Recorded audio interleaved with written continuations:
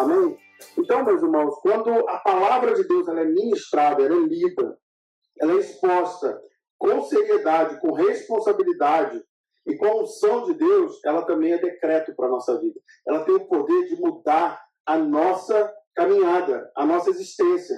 Ela tem o poder de mudar a nossa realidade. Talvez tem coisas na sua vida que você deseja que Jesus mude a sua realidade. Talvez tem coisas na sua caminhada que você já vem há algum tempo e você tem falado com Deus: Senhor, desse jeito não está legal. Deus, desse jeito não está como eu esperava a minha vida contigo. Não está como eu esperava viver uma vida na tua presença. Meus irmãos, a gente está falando de alguns assuntos no Antigo Testamento, até para que a igreja possa entender. Eu estou seguindo uma sequência de mensagens, caminhando na sequência que o povo, quando foi liberto do Egito, foi tratado por Deus. Então eu dei o tema para essa mensagem de saindo do deserto para a promessa de Deus. E dentro dessa caminhada, eles duraram 40 anos, mas a gente não vai durar isso tudo pregando não, tá, irmão? Dentro dessa caminhada, Deus tratou vários aspectos da vida daquele povo com Deus. Na semana passada, nós aprendemos na mensagem que Deus faz distinção em quem é povo de Deus e quem não é povo de Deus. Lá em Êxodo 11, 7, nós lemos que diz assim: mas entre todos os filhos de Israel, nem mesmo um cão moverá a língua, desde os homens até os animais, para que saibam que o Senhor fez diferença entre os egípcios e os israelitas. Essa palavra foi dita quando Deus enviou a última praga para libertar o povo do Egito. E no Egito aconteceu coisas terríveis, todos os primogênitos morreram. Mas ele falou ali, nesse texto, que onde estava o povo de Deus, nem um cachorro latiu.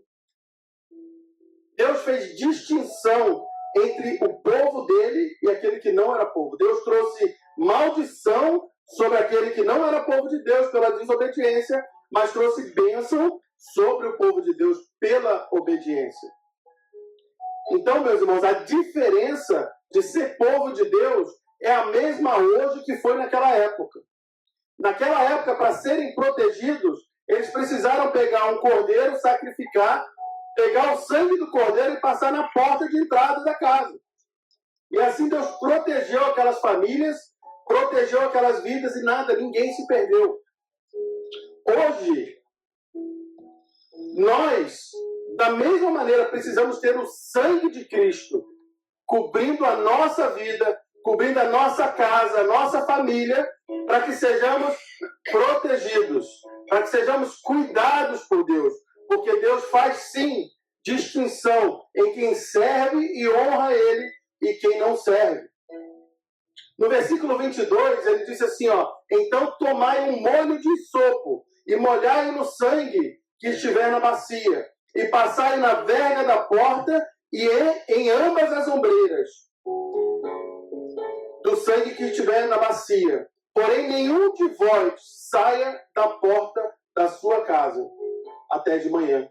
Meus irmãos, muitas das vezes a gente passa o sangue de Cristo na nossa vida, sobre as nossas direções, os nossos ensinamentos, a nossa vida com Deus, mas o problema é que a gente sai daquilo antes da hora. Deus determinou, vocês vão ficar dentro de casa até o momento certo. Talvez Deus já te deu uma unção especial, um toque especial, uma proteção especial para algumas áreas da sua vida, mas você saiu pela porta antes da hora. Não deixou Deus terminar o trabalho. Não deixou Deus completar a obra dele. Então, se Deus te der uma instrução, meu irmão, até que ele dê outra, ela está em validade. Se Deus te deu uma direção e não falou mais nada, está valendo o que ele falou anteriormente. O problema é que nós, muitas das vezes, não temos paciência. Muitas das vezes, nós queremos criar nossos próprios caminhos, obedecer nossas próprias vontades. E a direção que Deus deu, muitas das vezes, atrapalha a nossa vontade e a gente sai dela antes da hora. E aí, a bênção que é enviada por Deus não nos encontra no lugar certo que Ele separou para a gente ser abençoado. A palavra de Deus ela é clara, viva e verdadeira. A dificuldade quem temos somos nós. No 23 ele diz assim, porque o Senhor passará a ferir os egípcios. Porém, quando vir o sangue na verga da porta e em ambas as ombreiras, o Senhor passará aquela porta e não deixará o destruidor entrar em vossas casas para vos ferir. Portanto, guardai isto por estatuto para os vossos filhos para sempre. Ensina isso para os seus filhos, Deus estava falando para aquele povo. No 25, e acontecerá que quando entrares na terra do Senhor, que o Senhor vos dará, como tem dito, vocês guardarão este culto. Está escrito em Êxodo, no capítulo 12, no 26, no 25, desculpa.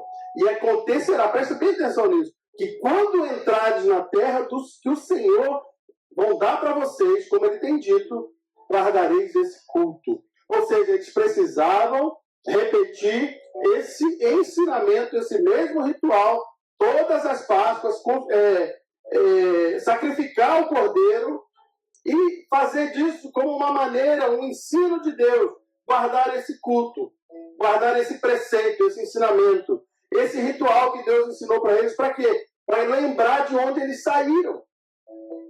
Meus irmãos, muitas das vezes a gente até aprende coisa boa, a gente até pratica coisa boa, mas é por pouco tempo.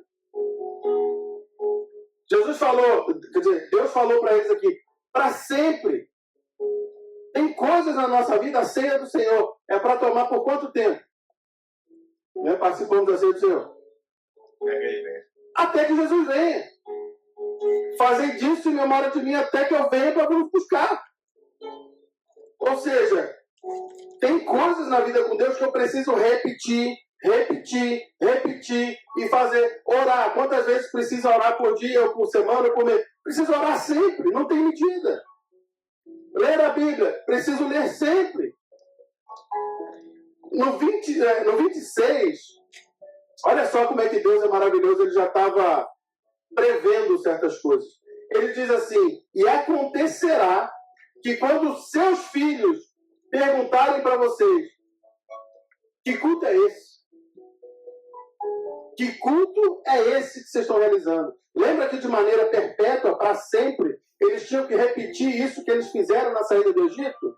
Deus está dizendo assim, vai chegar um dia que os filhos de vocês vão perguntar, que culto é esse? E no 27 ele diz, então direis, este é o sacrifício da Páscoa do Senhor, que passou as casas dos filhos de Israel no Egito, quando feriu os egípcios, e livrou as nossas casas.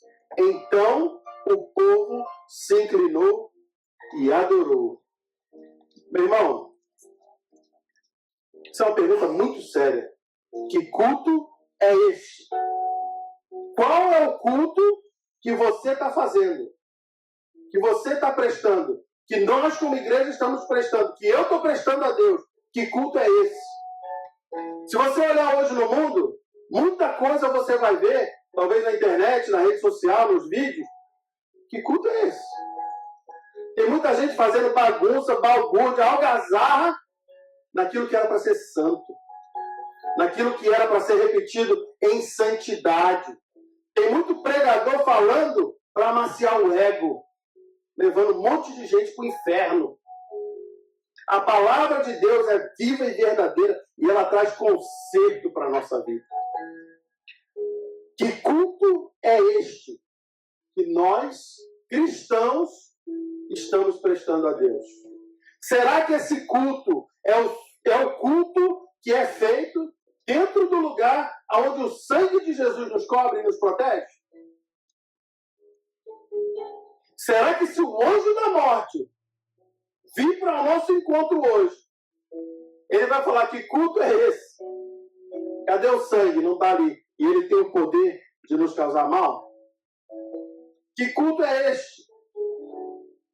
Qual o culto que nós estamos guardando?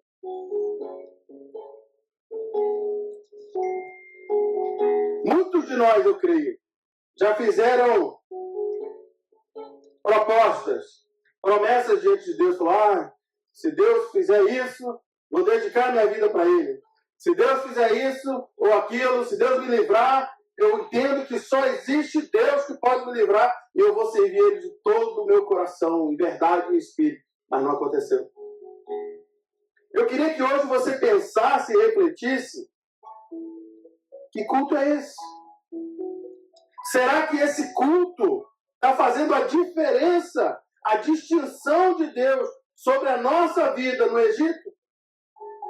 Será que está tendo desespero, aflição, falta de esperança, falta de paz, dúvida, medo?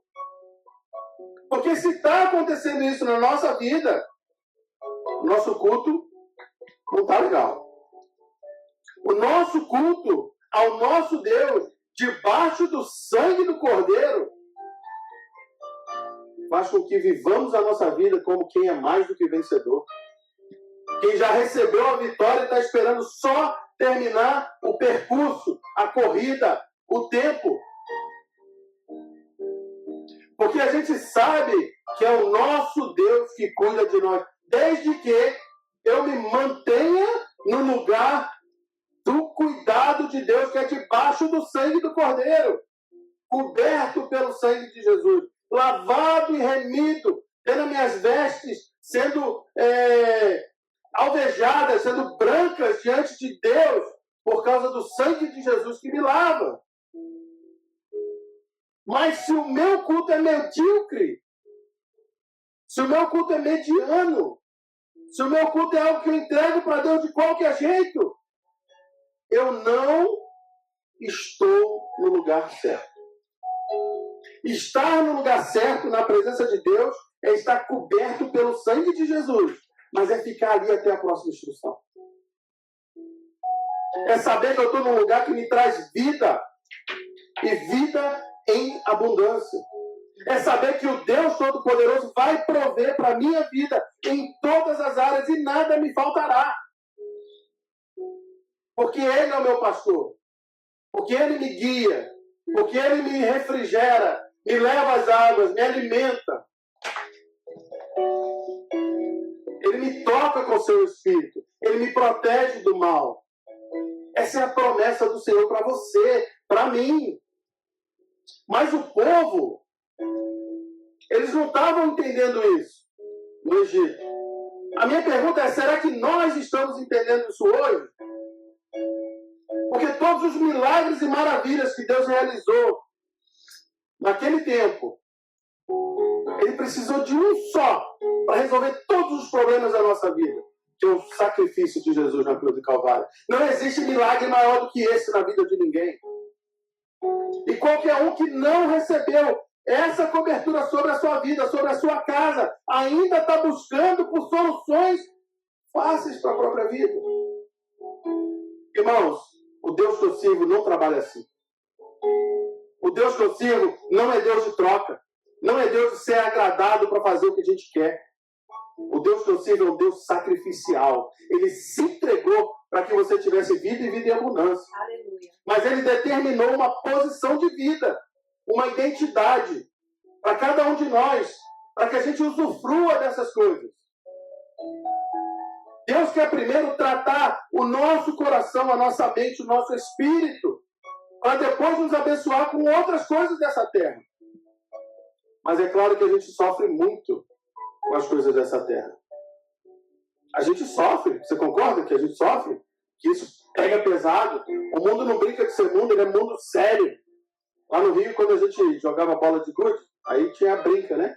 Jogava bola de gude, a brinca é assim, quem ganhou, depois cada um devolve a sua pro outro, e todo mundo fica tudo igual. Quando jogava para valer, a gente falava que jogava a vera. É assim lá na sua terra também? Jogava a vera, valendo. Sim, perdeu, perdeu. Irmão, o mundo e o diabo nunca joga a brinca. Nunca joga brincando. É sempre valendo, valendo tudo que é mais importante para você. Sempre. Não tem brincadeira. O negócio é que a gente brinca no playground do diabo achando que está tudo bem. Não está tudo bem. Ele veio para roubar, matar e destruir. E o alvo é você. Só que ele fica cego, ele não nos enxerga quando a gente está nesse lugar de cobertura do sangue de Jesus. Porque é uma proteção que a Bíblia diz que o mal não pode nos tocar. Então, meus irmãos, se está tocando, precisa ter revisão de vida. Precisa ter autoavaliação. Precisa ter busca, mudança. Voltar para o lugar onde Jesus te salva, te cura, te protege, te limpa, te sara, que é debaixo do sangue dele. O povo de Israel não estava entendendo isso naquele tempo. E faltou provisão. Ok? Repete essa palavra, provisão. Provisão. Eles não conseguiam ver provisão. Tem a ver com visão. Eles não conseguiam ver o cuidado de Deus. E viam faltar as coisas aonde o Deus Todo-Poderoso, dono de tudo, estava ali para prover. Deus via as dificuldades e o sofrimento deles. Mas eles saíram dessa posição, dessa identidade de filho e se tornaram cobradores, acusadores, reclamadores. No versículo 23, diz assim: então, o povo saiu do deserto, estava andando, chegaram nesse lugar. Então chegaram a um lugar chamado Mara, porque não puderam beber ali daquele lugar, porque a água era amarga. Por isso aquele lugar se chama Mara. Irmãos, você está andando no deserto, cheio de sede, e já estavam caminhando 3 dias sem encontrar água. E encontra o oásis. Nossa, fala coisa boa, um oásis no deserto, né? Acho que é o sonho de todo mundo que está morrendo de sede, encontrar um oásis no deserto. Só que eles chegaram ali, a água era intragável. Não dava para beber. Era amarga, provavelmente salobra, cheia de sal, imprópria para o consumo. Mara, repete comigo, Mara, amarga. Sabia? A Bíblia chama isso, Mara, amarga. Sair da presença de Deus deixa a gente Mara. Quase mala, né? Não é Mara. Deixa a gente amarga. Deixa a nossa vida amarga. Porque na presença de Deus tem doçura. Sabia disso? Na presença de Deus tem deleite, tem alegria, tem provisão. Mas fora da presença de Deus, mesmo as coisas boas não prestam. Você consegue entender isso? Água no deserto, oásis no deserto, não prestava, não valia de nada. Por quê? Porque o povo era reclamão. No 24 diz assim, o povo reclamou com Moisés e perguntou, o que vamos beber? Essa água amarga, não dá, Moisés.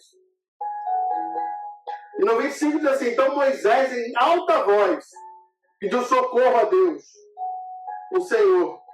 E o Senhor lhe mostrou um pedaço de madeira, ou um arbusto em outras versões. Irmãos, quando Deus quer te abençoar, Ele pode usar uma coisa insignificante só para abrir teus olhos. Só para ativar a tua fé. Quando Ele quer trazer provisão para a tua vida, Ele vai botar uma coisa talvez insignificante, que você não dá a menor importância. Para que você enxergue. Para que você veja. Para que você saia da cegueira. Deus mostrou para Moisés um arbusto, um pedaço de madeira, um galho seco no deserto. Devia ter bastante lá. Ele falou assim, ó, olha ali, Moisés. Esse arbusto aqui, esse galho seco. Moisés deve ter falado, Senhor, eu tenho 1 milhão de galhos secos aqui. O que você está querendo dizer com isso? Falou para ele, Moisés, pega isso aí e joga na água, ela vai ficar doce. Moisés, aí continua aqui, Moisés jogou a madeira na água, a água ficou boa para beber. Foi nesse lugar que o Senhor Deus deu leis aos israelitas e os pôs à prova. Ele disse, se vocês prestarem atenção no que eu digo, se fizerem o que é certo e se guardarem os meus mandamentos, eu não os castigarei com nenhuma das doenças que mandei contra os egípcios. Eu sou o Senhor que cura vocês.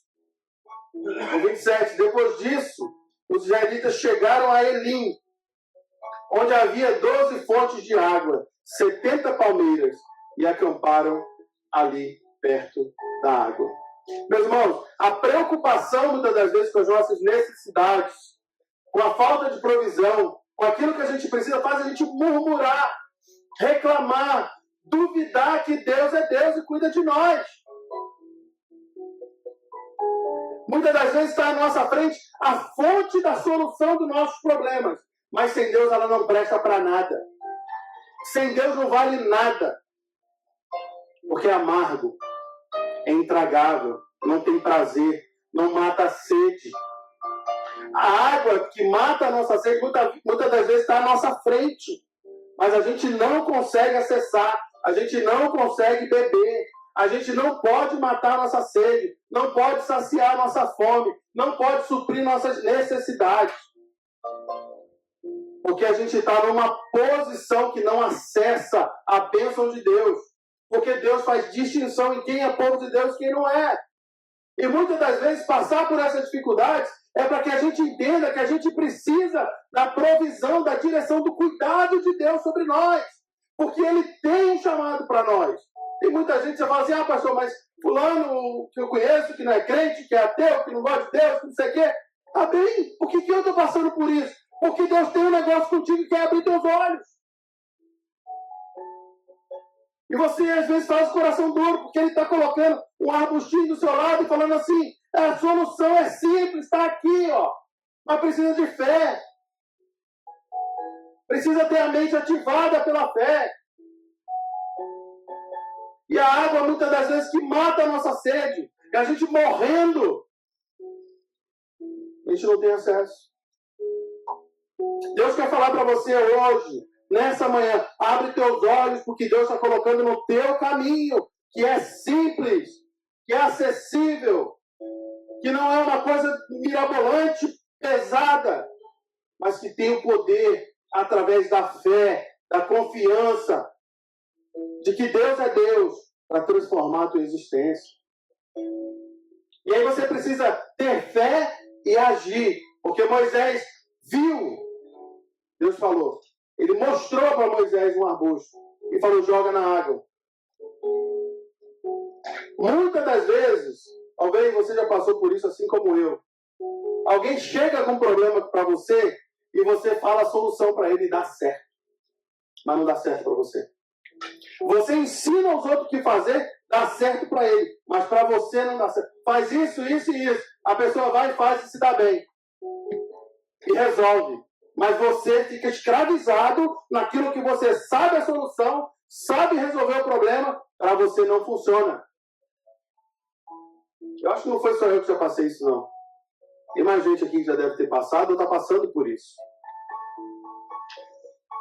Você conhece a resolução, você ajuda outras pessoas a resolver, você ensina outras pessoas e elas aplicam aquilo e dá certo, resolve. Aí você olha assim e fala, que bom, deu certo, então vou fazer também.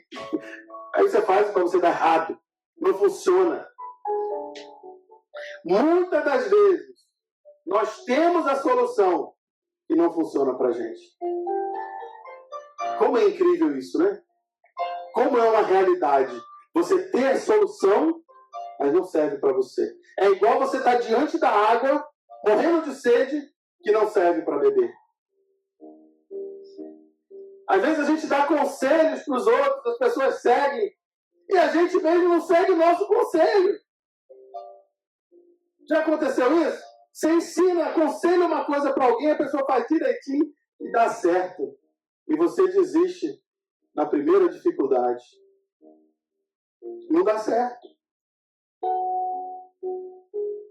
Meus irmãos, Deus tem o desejo de nos abençoar. Mas não é moeda de troca. A Bíblia fala que a gente só pode agradar a Deus coberto pelo sangue de Jesus. Salvos, remidos, lavados e sendo a habitação do Espírito Santo. Não tem outra maneira. Mas por quê? Por que é assim? Por que a gente dá o conselho e o outro resolve? Por que a gente chega diante da água que mata a nossa sede e a gente não pode beber? Por que você ensina alguém a fazer alguma coisa no casamento, ele vai dar certo, para você não funciona? Você ensina alguma coisa financeira para alguém, ela vai dar certo, mas para você não funciona? Você dá uma direção, um conselho, a pessoa vai, resolve, mas para você não funciona. Por quê? Pergunta para mim, por quê? Por quê? Por quê? Aí, mano, ajuda aí. Por quê? Fala, por quê? Por quê? Que culto é esse que você está prestando? Voltamos de novo para a história. Que culto é esse? É o porquê. Qual o culto que a gente está prestando para Deus? Lembra que falou lá atrás? Eles vão perguntar para vocês: que culto é esse? Que culto é esse? Que a gente está prestando, que não faz com que as soluções que a gente dá para os outros funcionem para nós. É o tempero que falta. Tempero de fé. Tempero de esperança. Tempero de confiança. Lembra do arbusto? Isso aqui é só um arbusto. Mas é Deus que está falando. É pela fé que eu vou fazer. Ele joga na água. Irmãos, qual que é o arbusto?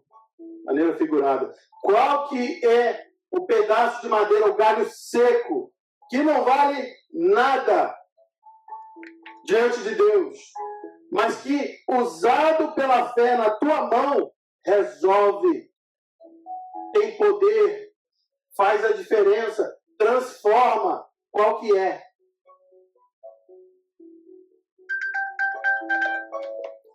Mara, esse oásis no deserto, inútil, que não servia para nada.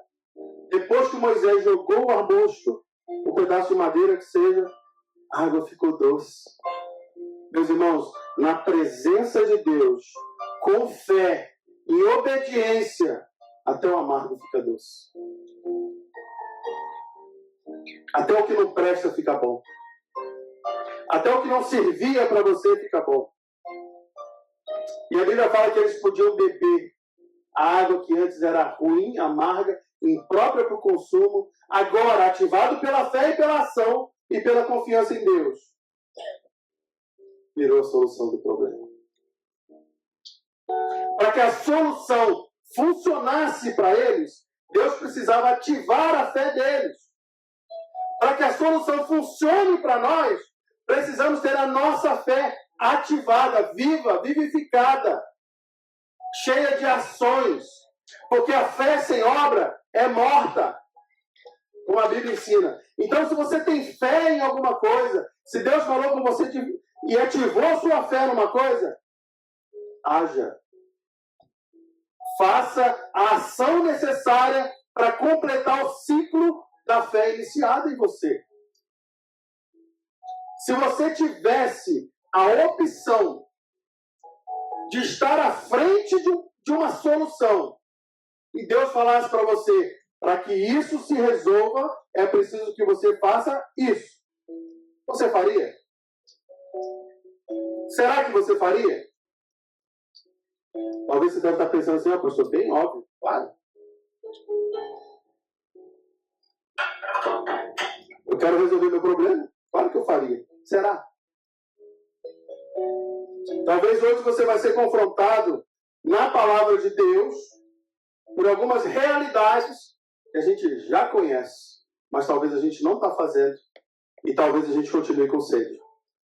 Talvez a gente continue esperando a provisão de Deus e ela não vem. Será que se você tivesse o arbusto, você jogaria na água? Fala, não, isso aí não vai resolver não. Isso aí não vai fazer diferença nenhuma. Essa água vai continuar amarga. Aí ela continuaria. Mas o que Moisés fez rapidamente, apressadamente? Manteve a fé no lugar certo, a esperança no lugar certo em Deus e agiu e fez o que ele queria. Talvez, eu creio, que Deus já te mostrou o arbusto que você precisa jogar na água. Talvez ele já falou para você a ação que você precisa fazer. Ele já te mostrou pela fé o que é necessário. Você continua sendo desobediente, continua morrendo de sede. Por que quer? Porque a fé, talvez até foi mostrada, mas não houve ação, por falta de confiança em Deus. Talvez a transformação do amargo em doce só vai acontecer se você usar a sua fé e obedecer, confiar e agir naquilo que Deus está te mostrando. Às vezes, vamos usar alguns exemplos, você tem problemas no relacionamento, problemas com pessoas, problemas pessoais, depressão, tristeza, medo, amargura, falta de confiança nas pessoas. E Deus já te falou o que é preciso para que a provisão nessas áreas venha. Para transformar essas áreas da nossa vida, é preciso a gente ter compromisso com Deus. É preciso a gente entregar a nossa vida para Ele, tratar Deus com honra, com verdade, com dedicação. É abrir mão da nossa própria vontade, do nosso próprio eu, e colocar Deus em primeiro lugar.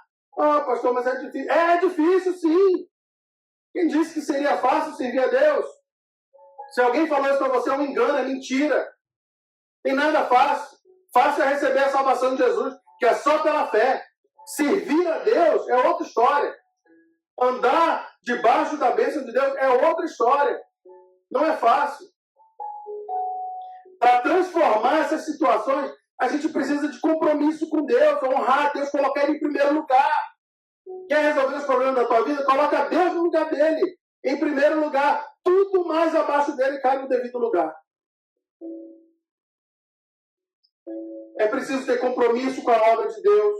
É preciso ter compromisso com a palavra de Deus, com a oração, com a dedicação, com o culto, vir à igreja, se apresentar diante do Senhor como parte e membro do corpo. Mas se a gente trata as coisas de Deus de qualquer jeito, imagina a nossa vida como a gente trata. Deus precisa estar no trono da nossa vida, custe o que custar. Custe o que custar. Até que nada mais na nossa vida importe. Deus em primeiro. Aí as coisas começam a cair no lugar certo. A gente precisa se afastar do pecado, servir as pessoas, amar o próximo, colocar a necessidade do outro acima da nossa, servir na igreja, ter compromisso. Irmãos, às vezes na nossa vida a gente tem momentos que falta provisão. Seja provisão emocional, espiritual, sentimental. Tudo isso Deus pode nos suprir. E a gente não precisar de tirar isso de lugar nenhum, a não ser da fonte que é Deus, que mata a nossa sede. Aí no casamento, você em vez de esperar, você vai dar. No relacionamento com seus filhos, ao invés de esperar, você vai dar. No relacionamento com as pessoas, ao invés de você esperar que alguém resolva o teu problema, você vai resolver os deles. Sabe por quê? Porque você está abastecido, está provido, está cheio de Deus. Você não precisa de mais nada a não ser Deus. Essa é uma realidade da Escritura. É Ele quem nos supre. E aí no relacionamento com a sua esposa, você vai ser uma bênção na vida dela. Ela vai ser uma bênção na sua vida. É diferente você esperar que a sua vida fique boa por causa da sua esposa. Que a sua vida fique boa por causa do seu esposo. Que a sua vida fique boa por causa dos seus pais. Isso é coisa de criança ainda, que não entendeu o que é a vida com Deus. É Deus que nos supre. É Ele que nos edifica. É Ele que nos preenche. É Ele que nos santifica. Nós precisamos nos encher de Deus para que a gente possa dar, se doar, se entregar. Olha para o teu marido aí, mulher. Olha bem no fundo do olho dele. Isso aqui, está com o esposo aí. Aquele olhar assim, 43. Não é você que vai suprir minhas necessidades. É Deus. Agora, marido, fala para ela a mesma coisa. Nós vamos cooperar, cheios de Deus. Essa é a vontade do Senhor. Nós vamos cooperar um com o outro. Mas cada um tem que fazer a sua parte de buscar Deus. Filhos, se a tua esperança está no teu pai, na tua mãe, resolver todos os problemas da sua vida, coitado de você, você vai sofrer. Eles podem até te ajudar, Mas é Deus que tem o teu caminho, o teu chamado, a tua caminhada. O problema é que a gente brinca com essas realidades, mesmo sabendo delas. A gente culpa todo mundo, menos a gente. E a gente não faz o que é preciso, que é se encher de Deus. Ô, irmão, aqui na América, uma área que pega é a área do dinheiro, das finanças.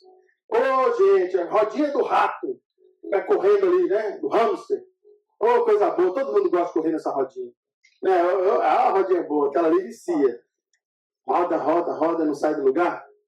Irmãos, Deus é um Deus que nos prospera. Tem muita gente que eu conheço que ganha dinheiro e não é próspero. Tem muita gente que faz dinheiro e não é abençoado. A diferença entre ganhar dinheiro e ser próspero e ser abençoado é o dono. É quem é o teu dono. Quem te comprou. Porque se foi pago um alto preço pela nossa vida, que é o sangue de Jesus, nós temos dono. A não ser que você já abriu mão, né, de ser propriedade de Deus, você quer controlar a sua própria vida do seu próprio jeito. Tem muitas situações, pessoas passando incertezas, medos, aflições na área financeira, com questão da imigração, com problemas do dia a dia, falta de legalização, documentação. Um monte de coisa disso acontece na vida da gente. Talvez dívidas, incertezas, escassez de recursos. Irmão, eu já passei por isso. Como é difícil a gente querer fazer as coisas, querer poder comprar, querer, né, cumprir com aquilo que a gente precisa e está apertado, está faltando, está em dificuldade. Não é difícil isso? Não é terrível? Mas deixa eu te falar, o lago de água imprópria está na tua frente. Todo mundo aqui trabalha muito. Todo mundo aqui rala muito. Mas parece que não bebe da fonte que ajuda a construir. Sempre correndo atrás da mesma coisa. Sempre tendo escassez, incerteza, dificuldade. Não sabe o amanhã. Preso no sistema financeiro desse mundo. Mas já viu o arbusto? Já viu o galho que, se jogar nessa água, transforma ele em bênção, em fonte de água potável? Meus irmãos, se tem uma coisa, se eu pudesse fazer uma cirurgia cerebral e colocava lá dentro um versículo para as pessoas saírem dessa rodinha do rato, é Malaquias 3, de 8 a 12. Porque o arbusto que adoça a água da área financeira das pessoas é esse, não tem outro, não tem outra solução. Malaquias 3, 8 a 12 diz assim: eu pergunto, Deus perguntando, será que alguém pode roubar a Deus? Mas vocês têm me roubado e ainda me perguntam, como é que eu estou te roubando? Deus disse, me roubam nos dízimos e nas ofertas. Todos vocês estão me roubando. Por isso, eu amaldiçoo a nação. O povo de Israel estava vivendo uma perrengue, fome, faltando tudo para eles. E eles queriam ser abençoados, mas não jogavam o arbusto na água.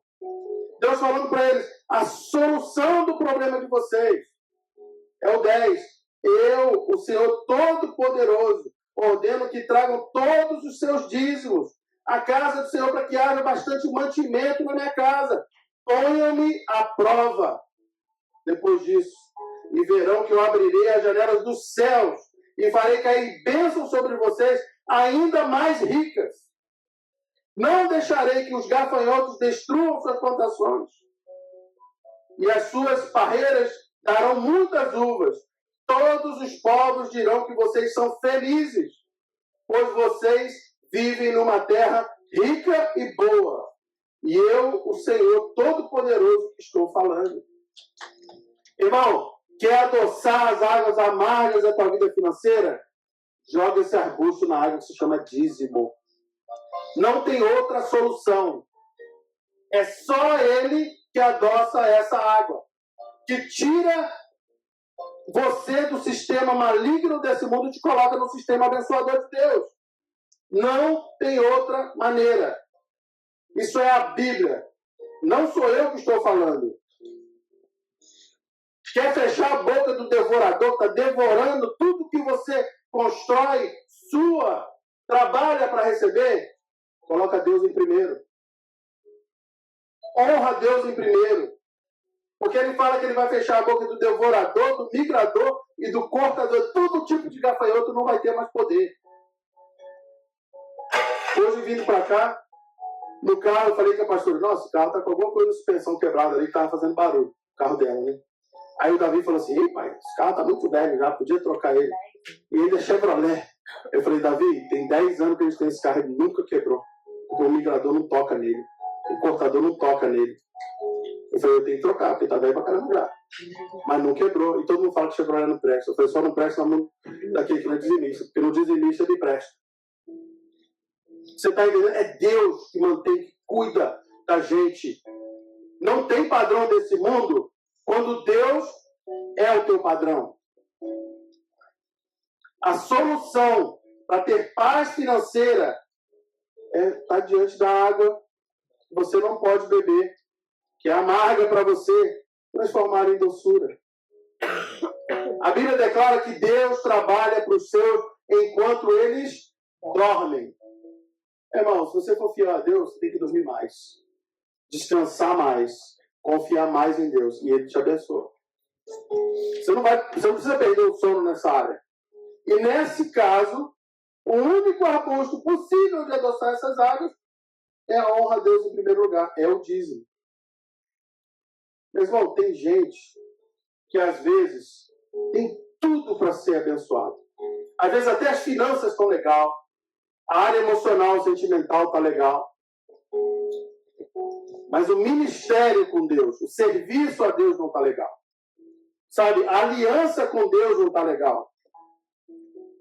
Às vezes a gente se contenta a ser frequentador de igreja, espectador de culto. Deus não te chamou para isso. Deus não chamou você para ser espectador de culto. Ele tem um chamado específico para a sua vida. Para que você cumpra. Às vezes eu estou num ambiente e parece que o poder de Deus está ali, as pessoas sentem a presença de Deus, mas eu não sinto nada. Eu não percebo essas coisas me tocarem. Deus não me aviva, não toca, não fala comigo. Eu não sinto a presença de Deus. Eu não sinto derramado o Espírito.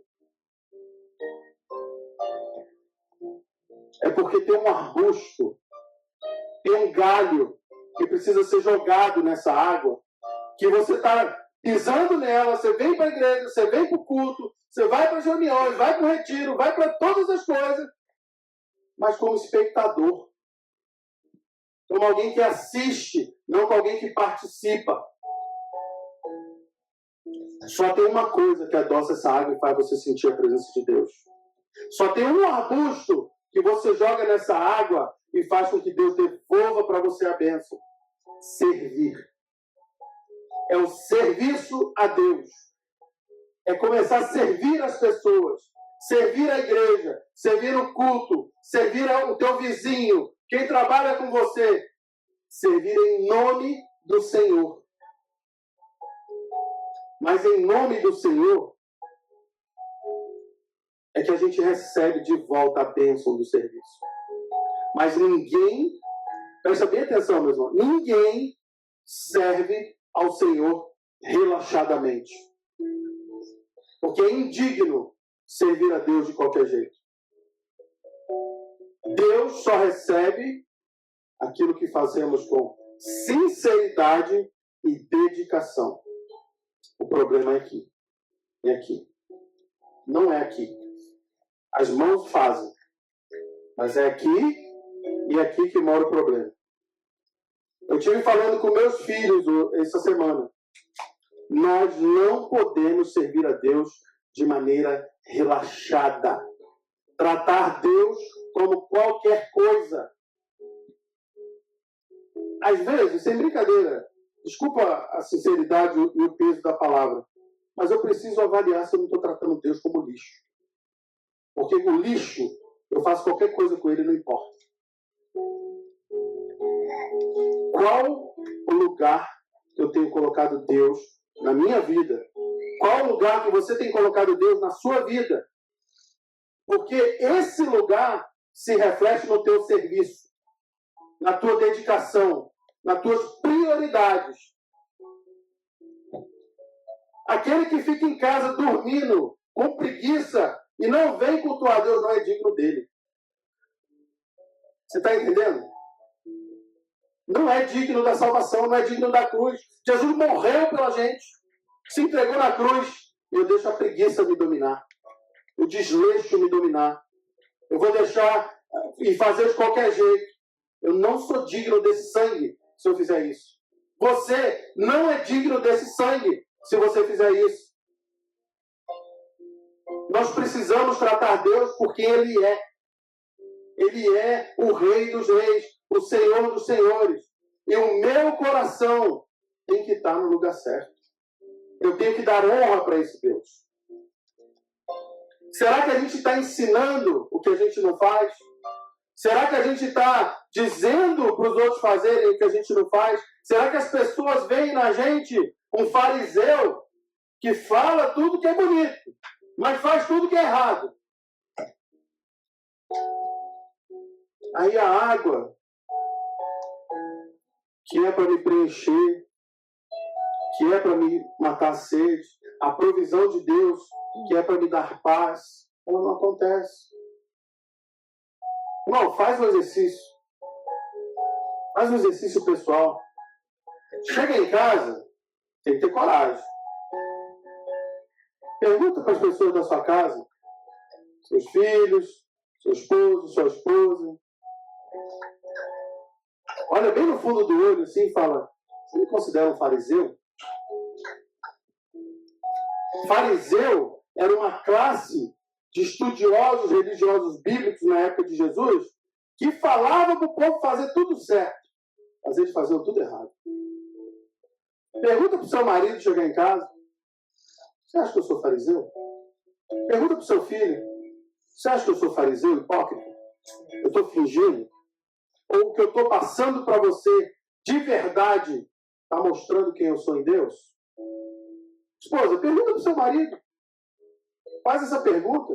Sabe por quê? Porque nela pode estar a tua decisão de viver para Deus ou não. E receba a verdade. Receba de braços abertos. Vamos dizer que o marido olha assim: olha, os irmãos da igreja, você é muito crente. Mas aqui em casa, só misericórdia. Aí você vai saber que você tem que mudar. Para os outros de fora de casa, você é maravilhoso. Você é bom. Você é prestativo. Mas aqui em casa você não bate um prego quando eu peço. Fariseu. Então, meus irmãos, a gente não pode brincar mais de ser crente.